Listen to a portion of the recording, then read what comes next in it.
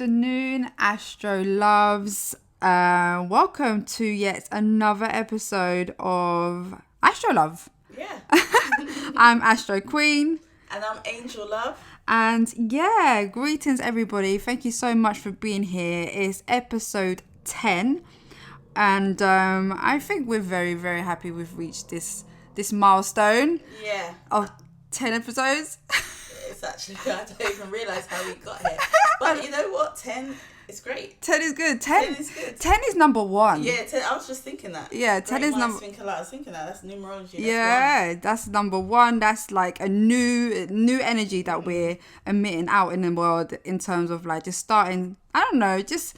It's a boost. It's a boost in confidence. And we're obviously doing something right to still be here. So yeah, anyways, without going on to a huge tangent for our episode 10, welcome. This is a podcast where we share information around, astrology. It's a transpersonal space where we explore spirituality, psychology, and we share tips and tools on how to basically navigate through the world with, lots of challenges that always, they never fail to kind of present us with, life never fails to present us with challenges. So true. And so how can we better ourselves and how can we improve our lives and can we navigate through the tough times as well, using tools that are of spiritual nature and astrological or transpersonal in some way. So yeah. That was a very long-winded way of saying welcome. But today we're going to talk about lots of stuff, including the fact that we're in Scorpio season. We are. So we're going to touch on that. We're going to touch on a little bit on eclipses because we're still in the eclipse season. Yeah. Even though that's starting to come to an end, thank God, we are still in it right now. We're going to talk about some astrological configurations that are quite important. And we're going to talk about Guy Fawkes nights and the relevance of that. And that's keeping into the theme of the Scorpio nature as well. But yeah, it's going to be quite packed. But first, I would like to kind of like do what we usually do, which is our little ritual, which is to, share a quote. And so my quote today is this. So in Hinduism, Shiva is a deity who represents transformation. Through destruction and restoration, Shiva reminds us that endings are beginnings and that our world is constantly undergoing a cycle of birth, death, and rebirth. Now, what does that remind you of? Scorpio season. Scorpio season. Okay. So this is a quote said by Karen Salmonson. So grateful for that one. I thought that was really powerful because obviously we're in Scorpio season and we're going to touch on that and the fact that Scorpio season is transformative and it's about death and rebirth. But what does that mean for us? We'll talk about that. But before we even delve into our actual episode, we just want to just acknowledge the war and the impact that's had on Israel and Palestine, and just how painful it's been to see. I mean, I've tried to avoid X. X is the old Twitter. Yeah. I've tried to avoid X because it's the imagery is so graphic. But I think there's no avoiding what's going on in the world. And even though we're not in the war, we are a part of the war collectively from a subconscious level. And whatever that looks like, we all partake in what's going on from a collective perspective. We are all a part of it, whether we like it or not. And what's going on with the war is a reflection of what's going on within us as a collective. So we are a part of it in some way. And it's just been really heartbreaking to see that we are part of that. Bloodshed and death and the trauma. And my heart goes out to the families that have lost lives and have lost their homes and their whole livelihood. But this is also a prime example of what Scorpio energy can represent as well. So and Venus as a morning star. Oh yeah, we need to touch on that too and what that means. You are absolutely right. Thank you for the reminder. But so we wanted to acknowledge that today. So Scorpio season. Listen, have you got any placements in Scorpio? I don't think you do. Uranus. Oh, you got Uranus? Uranus, I don't know. Yeah. You do. Yeah, I do. Okay. The planet will change and transformation. Yeah. So actually, it's a good place. Yeah. I agree. I've got Pluto in Scorpio. That's it. Okay. So that's good still. Yeah. Yeah, Pluto is at home. Mm-hmm. He thrives in Scorpio. So I've got that. But yeah, basically Scorpio season typically starts around the 23rd of October, and I believe it did this time round. It was Scorpio season on 23rd. Okay. And so we've got Scorpio season for 30 days, so until November the 21st, I think. But essentially Scorpio season is it's associated with intensity. You used that word earlier, which I appreciated because you reminded me, yes, that's what bugs me about Scorpio season. It's too emotionally intense, man. And there's no hiding from it. There's no hiding from it. You have to I don't have the natural faculties to deal with that, even though I've got a strong 8th house. It's weird. But I'm too Pisces, man. I'm too sensitive. But the deal is that, or the situation is that, it's all about transformation, which is why it's so intense. We need to really delve into the deeper aspects of ourselves, the psychology, the subconscious, in order to bring up things for situations and thoughts and feelings and traumas so we can heal. But Scorpio energy is also very mysterious. It's ruled by Mars and it's co-ruled by Pluto. And people might feel during this time of Scorpio energy that they want to be more introspective, or they're led to be much more introspective, and they're drawn to the deeper connections of life, or they're wanting to connect more deeply with whatever it is that matters to them. And so they're more, or we're more inclined to explore our own depths. Yeah. More hypersensitivity. Yeah. Psychic even, your intuition might become more strong, especially if you are Scorpio. That's the psychic ability. The water signs have that kind of fluid kind of connection. So. Exactly, very fluid, very connected to the emotions. Scorpio is a fixed sign, and so Scorpios tend to be really good at detective work or analytical work, because there's a nature about them that's quite obsessive, and they need to find the truth in the matter at hand. So there is that kind of energy now. We're starting to fixate and intensify our attention in what matters to us in order to really understand what's going on. So I think that's a good thing about the Scorpio nature, because I'm not good at that. I'm much more of an abstract thinker. So to hone in and zone in on a particular matter and really apply myself is not a skill that I naturally have. So it's good to use Scorpio season for that. But yeah, this is a time of self-reflection. Scorpio energy really encourages resilience and passion and the desire to be authentic, which is why it's centered around seeking truth of whatever's going on, but also letting go, because it's a purging. It's got a purging essence to it, isn't it? So definitely. Releasing, because I think you mentioned earlier about therapy, and I think Scorpio season is very good for releasing, for healing. That's it, healing, and just diving into the areas of life that you might otherwise ignore. Definitely. I think with the Scorpios, they can be quite intense. Yeah. So when you're dealing with intense emotions, that can become very overwhelming. Yeah. And even though maybe Scorpios seem like they've got the hardest shell, but inside they're quite soft. Yeah. So there's a lot of emotion going on in there. Yeah. And they may not show it to you. Yeah. They may hide. They're good at that. Yeah, they'll hide it, and then once they're alone. Yeah. Or they may sting you. Yeah. Don't play with a Scorpio. Yeah, protective nature of themselves. They'll lash out, but they're protecting themselves. Yeah. From whatever they're feeling. So I think that intense emotion, intense feeling, I can feel it already. It's getting intense. That's so weird. And the war's getting intense, The war's getting intense. Yeah. The war's getting intense. That's very true. I think with the Scorpio, you mentioned there is this vulnerability about them, because I think the ultimate worry for them is rejection. And in mythology, Mars gets rejected quite a bit. He's quite vulnerable. He's not always taken very seriously. And I think the Pluto energy... Oh, maybe that's a Pluto... I can't remember the Pluto mythology. I need to remember it. But I think there's something explicit about rejection for him.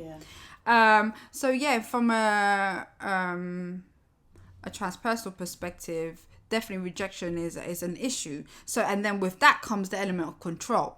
I have to feel in control of what's going on in order to prevent a feeling of rejection. And that breeds intensity. And then the person receiving that's like, whoa... This is too much. So yeah, but eclipse season is very good for transformation, very good for healing, very good for getting shit done, I think, because Mars is strong, especially now in Scorpio. So he really is putting some power behind our action and how we want to, you know, initiate things, and definitely is good for that. But yesterday, Drew and I were looking for something to watch, and I wanted to honor Scorpio season. And I was like, let's watch a horror movie. Let's watch a horror movie. And as much as I wanted to honour that, I don't like horrors. Neither does he. And that's you guys are missing out. I know. But that's us shying away from that intensity. Like, it's too much. It's too much. Deep down into the dark horrors of yourself. Yeah, exactly. Bringing out the Michael Myers in you, the Jason Voorhees. I'm trying to avoid that, but you're right. Can't avoid it. But yeah. What are you looking forward to the most? Or are there any practices, or is there anything about the Scorpio season that you really want to? You're thinking, do you know, I'm going to use this energy to commit to something that will better my life in some way. I think letting go. Yeah. And healing. I think that's what that energy is definitely about. I think, you know, I could definitely, like, what I'm studying as well, that is all part of it. So I think that's what I'd use this energy for the most, is all that kind of deep feelings, transformation, being assertive, getting action, getting the work done, all of that kind of energy that's kind of needed now. Because, Mars in Scorpio, that's where it's strong. That's where it's going. Then you've got the Pluto energy with that, with the transformation, going deep down. I guess the fear is not being able to rise back up, like actually staying down in that place. So there's a lot of fear in that, like honouring your truth or going deep down into things that you may never touch before, like in your childhood, or things that you've never said or ever spoken to someone about. And I guess there's that trust and being able to just freely let go of what you've been holding on to, and just releasing and letting go of all that weight, that emotional weight that's inside of you. So I guess, healing, just getting in touch with your emotion, even though I do that, but that's good. This is the energy for it. Yeah. So do it even more. So I think, that's what kind of like most looking forward to. What about you? I want to use this energy. I think it's interesting because the last 2, 3, 4 years even, I've really observed myself, and I found that Scorpio seasons have been really hard. Like, it really does bring up emotions that I try and avoid, suppress, repress, but I can't help that. I can't help but it being released during the Scorpio season. I get very tense, and this is me losing control over myself and my reactions and my responses to Scorpio season and what happens within my life at that time. I lose control, and I just struggle. I just struggle because I feel like I'm too seen, if that makes sense. Because Pisces energy, even though it's a very collective sign. I'm a Pisces. It's a very collective sign. There's a mysteriousness about it, and I can easily hide my vulnerabilities behind that, if that makes sense. So, but it's Scorpio season, especially because my partner has got a stellium in Scorpio. Okay. I feel like I'm too vulnerable because I'm too seen. So it makes me deal with it in a very unhealthy way. But whereas this time, where I've got so much data to work with, I'm like, I don't want to do that. I want to enjoy. I don't get to enjoy Scorpio season. I want to enjoy it.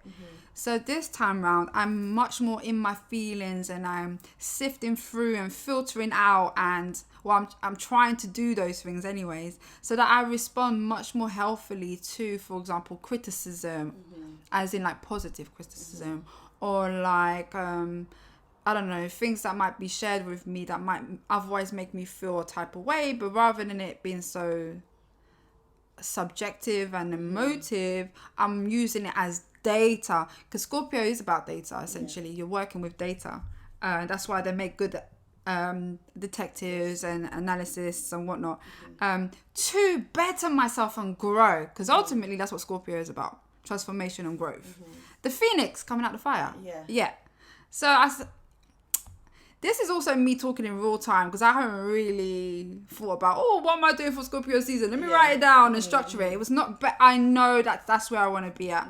So I want to leave Scorpio season feeling like, I've done really well in, like, I don't know, expressing myself much more healthily and accepting things and taking accountability and doing all of this stuff that has enabled myself to grow. It's a very personal energy, Scorpio. So I'm not going to say me and my sons, or me and my friends, or me and my... This is for me.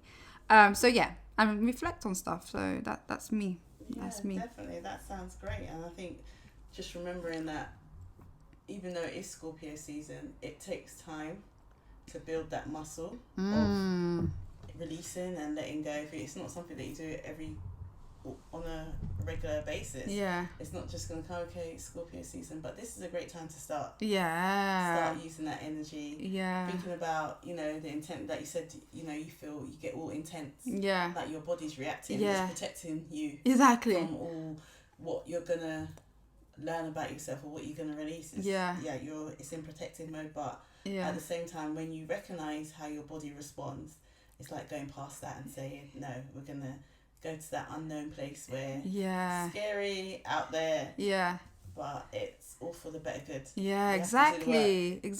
And you know, very often I hear Scorpios say, like, I'm fine talking about the deeper stuff, like I've got no issues, like it's like having an everyday conversation, whereas for the average person who's not Scorpio, it's like, I need a time and space, and I need an escape room, and you know, like it's just... So I want to be able to enter the Scorpio realm and just not feel like I'm scared. Like just enjoy the unknown and enjoy the depths of it. And it's interesting because like we're both into the occult. We're both into the esoteric. So we're both into all of this like Scorpio stuff.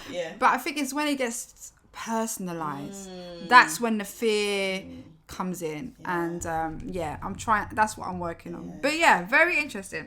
It's about getting comfortable with your vulnerability. Exactly. So Scorpio season, big up to all the Scorpios out there. Happy birthday Scorpios. Happy birthday, Scorpio. I'm just trying to think, do I have any Scorpio people in my life? I have a couple of friends who just had their birthdays. I was meant to go to a birthday today actually, but I cancelled that because of illness. So happy birthday, Patience. Happy birthday, Louise. Kieran's a Scorpio rising. Oh god. But Jania is a Scorpio. Happy birthday, Jania. Any celebrities? Do you know, I learned today that what's his name? I was surprised that he was a Scorpio. I didn't know. Crap! It's gonna drive me mad. Yeah, it's gonna bug me. But yeah, we've got I literally did the research today. I cannot remember any celebrities that are Drake is a Scorpio. Name saying it, when you say a name, I'll remember it. Yeah, Drake is. Or Willow Smith is a Scorpio. What about that actor? Ryan Reynolds is a Scorpio. Literally, I looked at it today, but there was somebody. I was like, "Wow, you're a Scorpio." Okay, I didn't know. Oh, is it not Kanye? Is Kanye a Scorpio? No, Gemini. He's a Gemini. Do you know what? Let me have a quick look. Celebrities. See, there it is. Here, Julia Roberts, Kendall Jenner. Okay, I remember that she's Scorpio.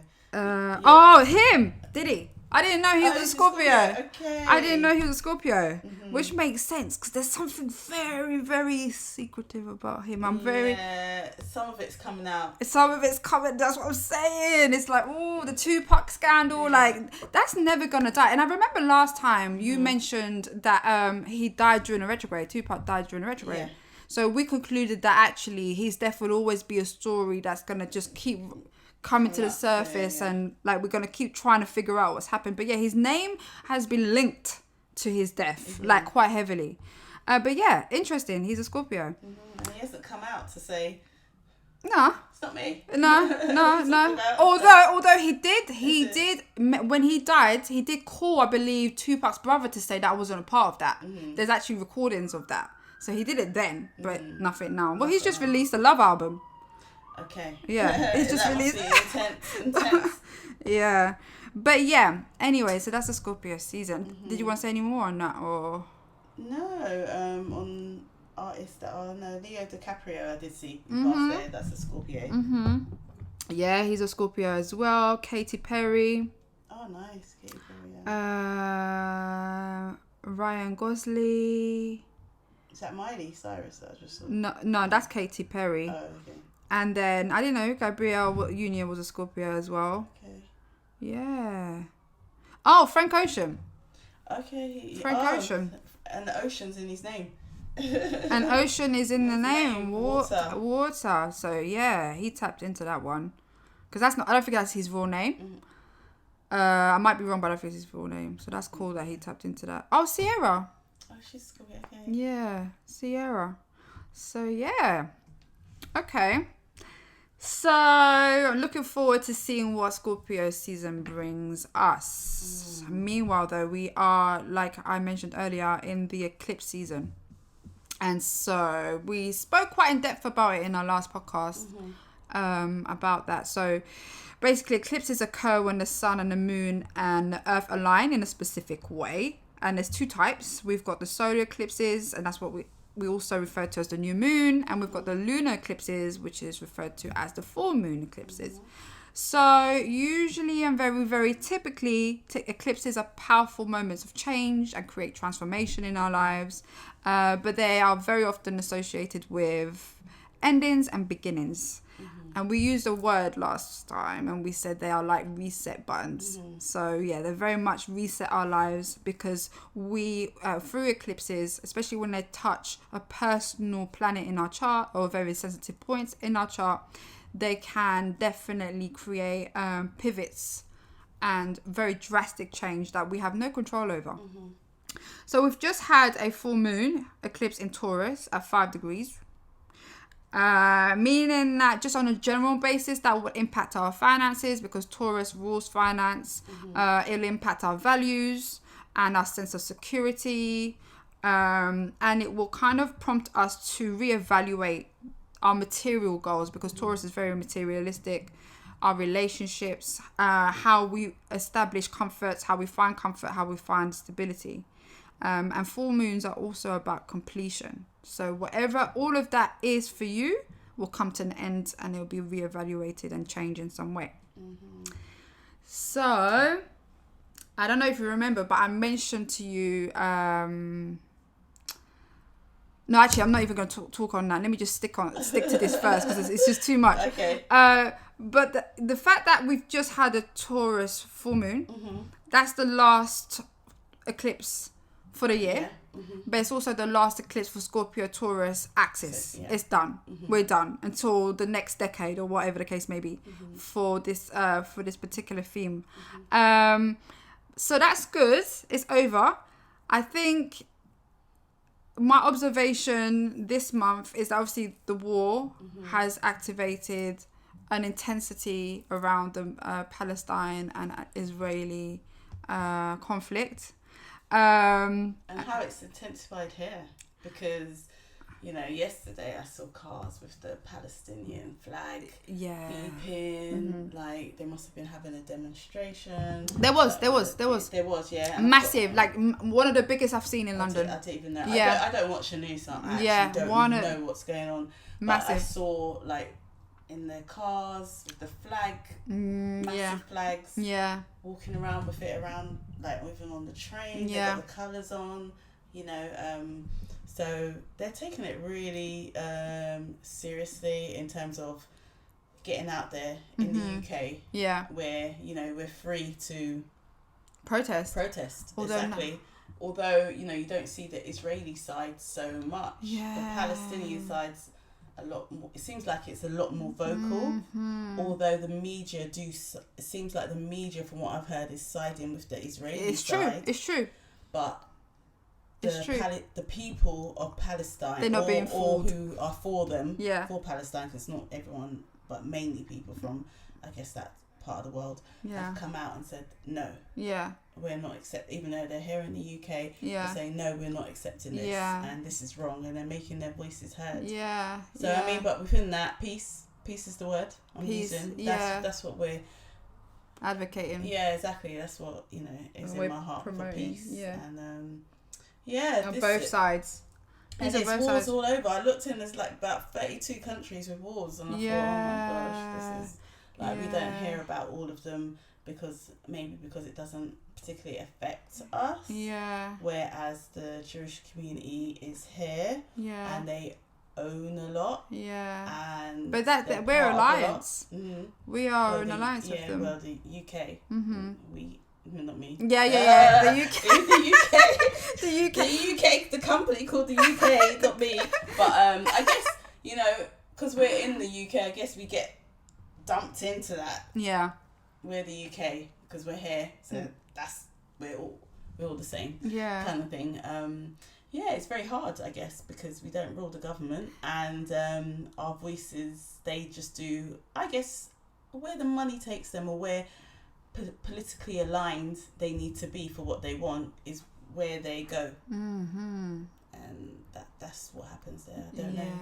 I really don't know how this will ever be solved, because it's been going on for a very long time. This is not new. It's just the planets have activated. Exactly. And once again, what's going on in both countries has been activated, and it's been full blown on TV. I just wish that it's more partial. So, you know, whatever's happening, you know, ITV, tell the truth. BBC, tell the truth. You know, whoever it is, just tell the truth. You don't need, what's the point of lying? People are going to know. It's like we're too advanced in technology. And they're still trying to, move on now. Exactly. And social media is some people's news. So on social media, everyone's ready to out everyone's snitching, everyone's like some conspiracy theorist that knows whatever, so you always find out what's going on. So it makes the TV, the established news corporations, as untrustable. And that's a place they don't want to be. You know, we want to be able to trust what they say is truth. But now, when people that are not part of the news, or from other countries that have actually seen it and saying, people coming out and saying, well, this actually happened, and it's like, oh, but why are you lying then? Doesn't make sense. So true. We've really come so far now. We just want the truth. We want the facts, and it's just, like you say, it's so easy to access the truth, and it's so powerful to now, because you didn't see it, but on X it just showed like hundreds of thousands of people. I don't know how many, because we're seeing it from a bird's eye view. Massive crowd of people for Palestine, massive crowd, and I know a couple of people who actually went too, and I was considering it, but just life didn't allow me to this time around. But yeah, I think, you know, all of that is the eclipse is activating emotions and anger and frustration and intensifying the war, but yet people are trying to fight for the truth as well, and as a massive collective. So it's quite powerful.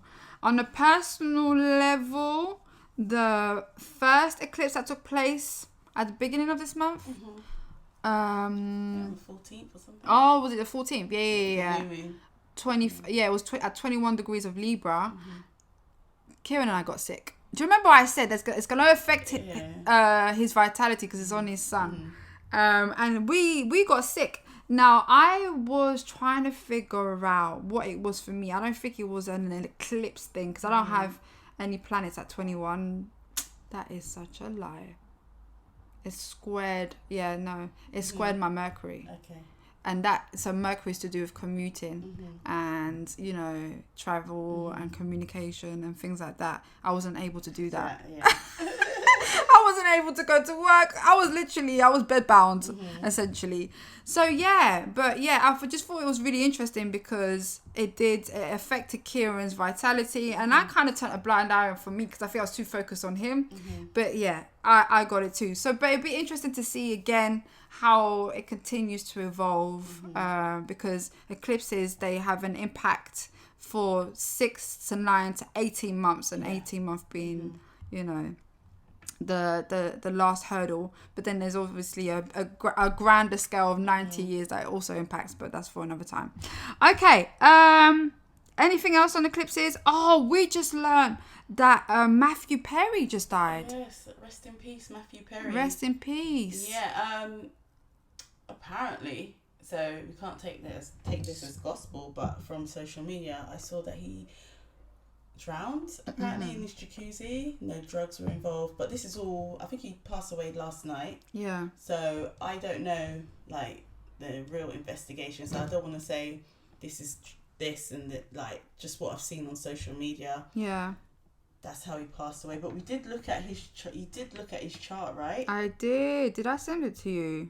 And his 8th house. Oh yeah, here it is. Yeah. His So 8th house is what, Pisces? So the 8th house shows how you will die, right? Yeah. Yeah. So his 8th house is ruled by Pisces, which is water. So the jacuzzi. Yeah. If that is how he died, there hasn't been a full investigation. So we're just going by what we've like read so far.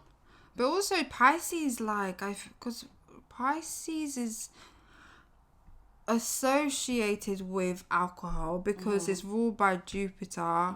Neptune, I think, is much more about drugs or like the effects of drugs that can create like illusions and hallucinations. So you didn't mention that he was intoxicated, right? That they didn't find that.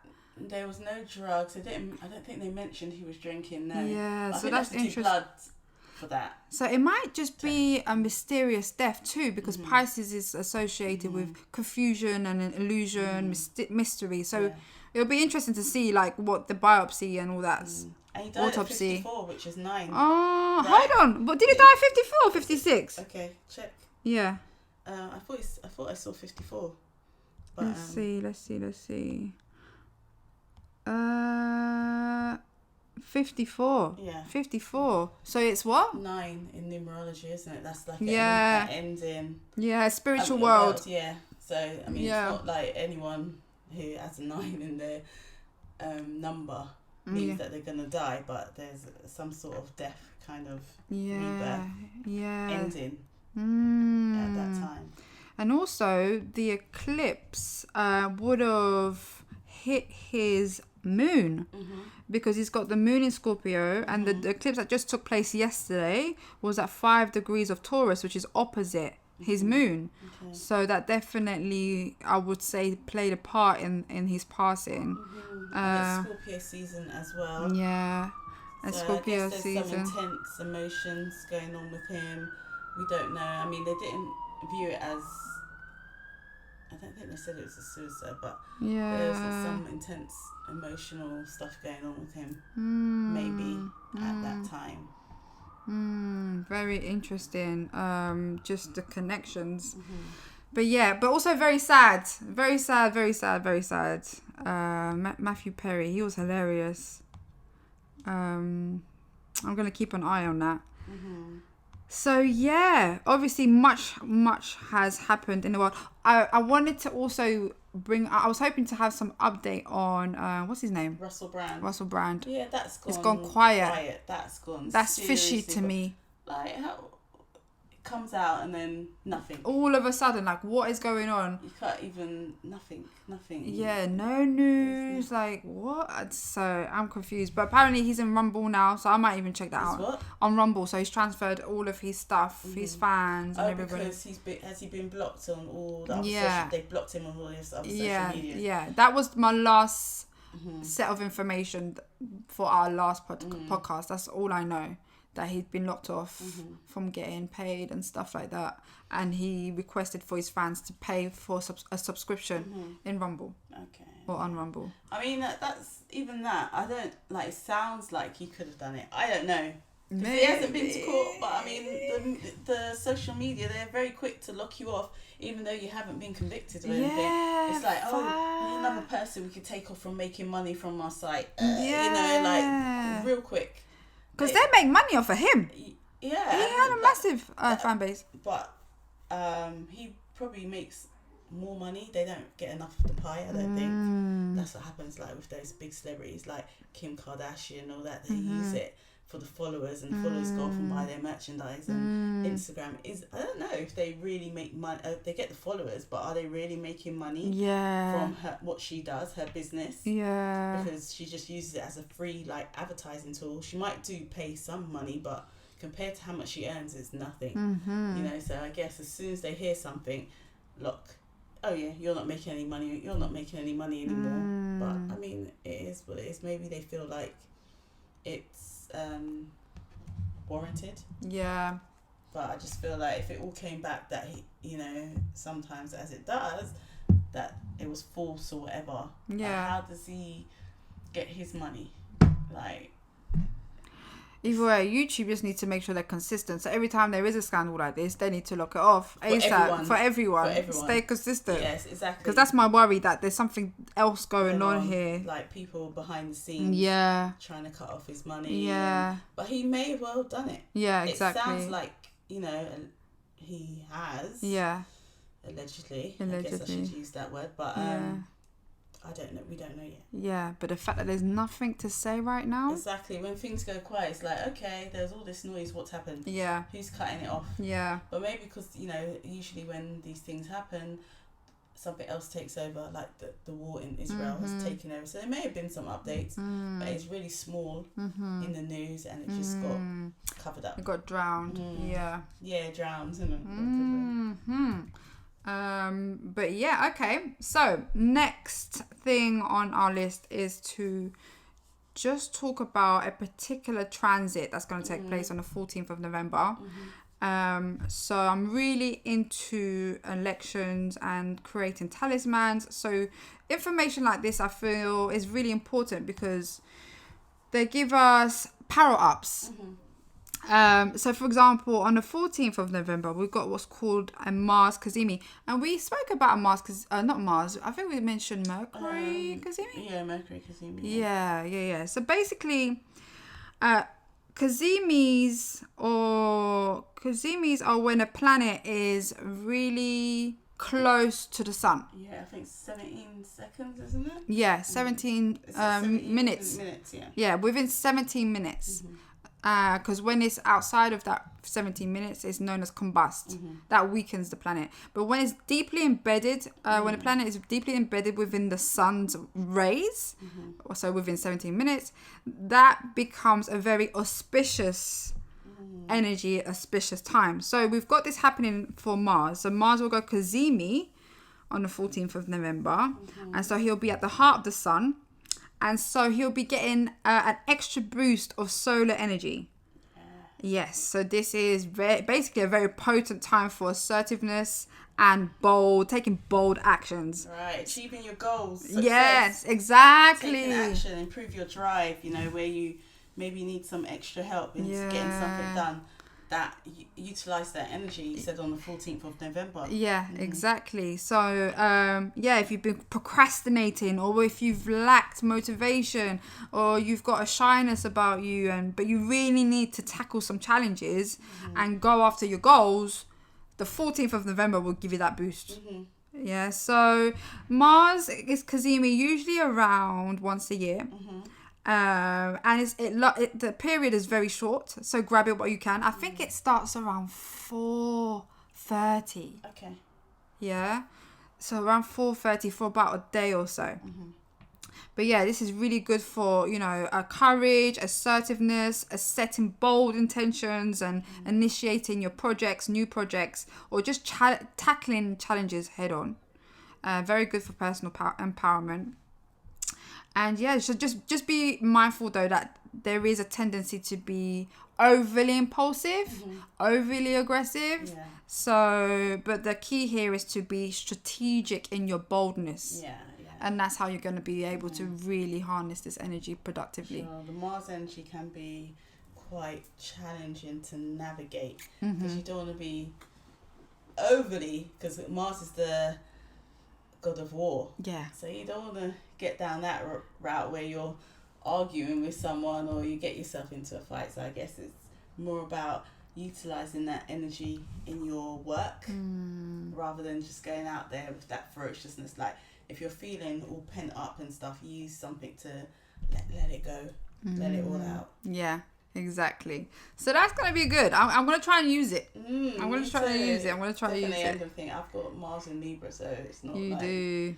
Yeah, so it'd be a good time to challenge that into work. So all those people in Mars, in Scorpio, make sure you utilize that energy. Somehow. Exactly.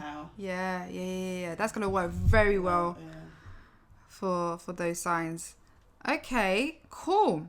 And then Guy Fawkes night. Hold on a minute. Remember the 5th of November. Yeah, exactly. Yeah. No, yeah. Guy Fawkes night. What about it? Well, do you know the history?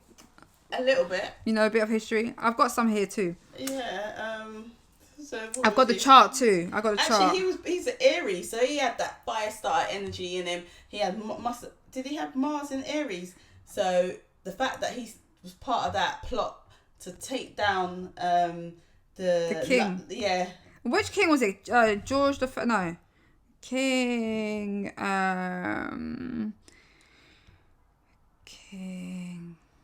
King James the First. Yeah. James. Yeah. So yeah, he was a fire starter, you could call him. Okay.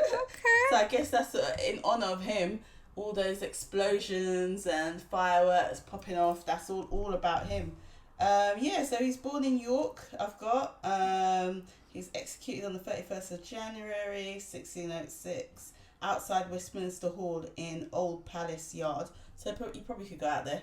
Yeah. I wonder if people actually go there on the 5th of November actually to remember him, maybe. Yeah. I don't know. Okay. Because I'm sure that's that area is still available to openly go to. So I did look into it and see is there anywhere else that celebrates like fireworks, but no, it's just here. Not that it's just here. It's here, but also some UK like colonies. Okay. That the UK have invaded, like still take on like Guy Fawkes night, but the fight maybe more for the fireworks and display rather than it's about Guy Fawkes. And but he attempted to blow up the Houses of Parliament and assassinate the king, but it failed. And he got captured. Someone saw, and snitched on him. Okay. And he got caught, took to the tower. Yeah. But it was him and his co-conspirators. Okay. Took to the tower, and they were obviously at that time beheaded. Okay, which is interesting because you said he was an Aries, and Aries Mars rules the head. Yeah. But okay, that's interesting. So I had a look at the chart for Guy Fawkes. The actual day it took place, and I just assumed that it was an evening attempt. So he tried to do this at night. So this is a nighttime chart, and so what I did see was that Mars was in Virgo. But he was super strong because he was in his own term, which is, I know it's kind of like advanced language, but this is the only way that I could really see what the significance was. But it was Scorpio sun, so it was Scorpio season. Mercury was there in Scorpio, but retrograde. Okay. Yeah. So and the fact that Mercury was in Scorpio and Mars was in Virgo, they were in each other's sign. Mutual reception, which makes Mars very strong. Yeah. And so again, lots of fire energy there because Mars is fire. Scorpio is ruled by Mars and is fire. But also interestingly, Jupiter was making a trine to Mars, so further inflating and making the energy of that fire nature big and bold and unruly. So hence the fireworks. I don't know. Not the fireworks, sorry, the fire. So yeah, that was my quick kind of observation of that. So I thought that was interesting. But yeah, it was in a retrograde. So maybe clearly him and his people miscommunicated. I don't know. Something went wrong somewhere. Something went wrong. Because, you're not going to do that. You know what's coming to you if you get caught. Yeah. So the fact that you went out and did that, you were very strong-willed. Yeah. This is the action we're going to take. That's the Scorpio. Yeah, because you know that your head's coming off if you get caught. They were determined. That was the Scorpio nature. That's the end of you. It's not like you're going to prison. You're conspiring against the king. Exactly. Which is a big no. But apparently, still today in Parliament, they still hide, I don't think it's explosive, but they hide something like an explosive, maybe a replica. Yeah. And they have to go around and find it. So that's on Guy Fawkes night. That's still a tradition in the Houses of Parliament. That's so interesting. Yeah, they that's still so honour interesting. that period of him not achieving his goal. And the fact that Mercury is retrograde again is just repeating that pattern. So every year we're going back to that time and remembering and paying respects, I guess. I don't even know, but over the time it's definitely evolved into a night of fireworks and bonfires, and his face is used as well as a mask. Oh yeah, exactly. But the ultimate thing is to celebrate the fact that he didn't succeed. And it's Anonymous that used his face. You know that guy Anonymous, that's the face he used, the Guy Fawkes mask, the one that used to come out and say all these things about the world. I don't think he's out. At one point he was just so popular everywhere. I haven't seen him in a while. But he uses the Guy Fawkes face. What a legacy. It's a weird one, isn't it? But what a legacy. He's known for life. He's known for life. Known for life. Okay, and then I think I don't know. I wanted to touch quickly on the Venus as a morning star. Okay, should I just quickly touch on that Star of David? Oh yeah. Go for it. On the 3rd of November, there is a double trine, which is called like the Star of David or the King's Star. So when you see that in a birth chart, it kind of represents them having kind of like,